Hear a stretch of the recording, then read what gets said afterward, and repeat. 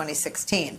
For more on what any of that means on early voting and the impact it's having on the race, we turn to MSNBC and NBC News national political correspondent Steve Kornacki at the big board for us. Robert Gibbs, Steve Schmidt, and Aisha are here as well. Steve, what are we to make of it? Because I think to a lot of people, even someone like me who worked on a campaign, these trends are new and changing, and you've got the COVID impact. So what do you make of these numbers? Yeah, it's a great question. I mean, it speaks obviously to the pandemic. I think it speaks to Democratic enthusiasm in particular. Just give you some of the stats here. Look, 30 million and counting votes cast nationally.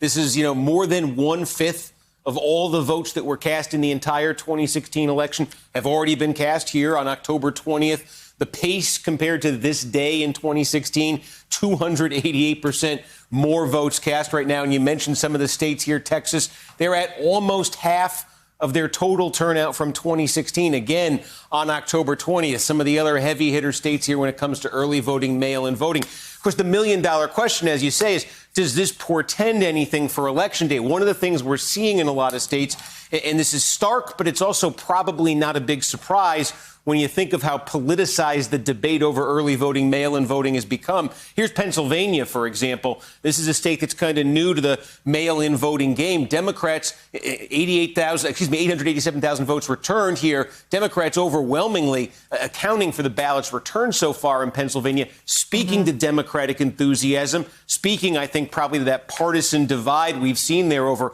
how people vote. But it raises the question here in Pennsylvania and elsewhere, if Democrats are very successful at getting their folks out to vote early, getting mail-in ballots out and sent in early, it puts the pressure on Republicans for Election Day to counter that and to have a huge flood of a turnout on Election Day. We saw that on a smaller scale in 2016. We saw states where, by margins of probably 6 to 10 points, Clinton was winning the early vote, and then Trump swamped her on Election Day. The scale on both ends might be bigger this time. I just point this out here. In Pennsylvania, this is something Republicans would point to. If Democrats would point to the early voting, Republicans would say, hey, in the last few months, we've registered more new voters than Democrats have. And that really becomes the Trump case, the Republican case. It's there are voters out there we've identified, we Republicans have identified.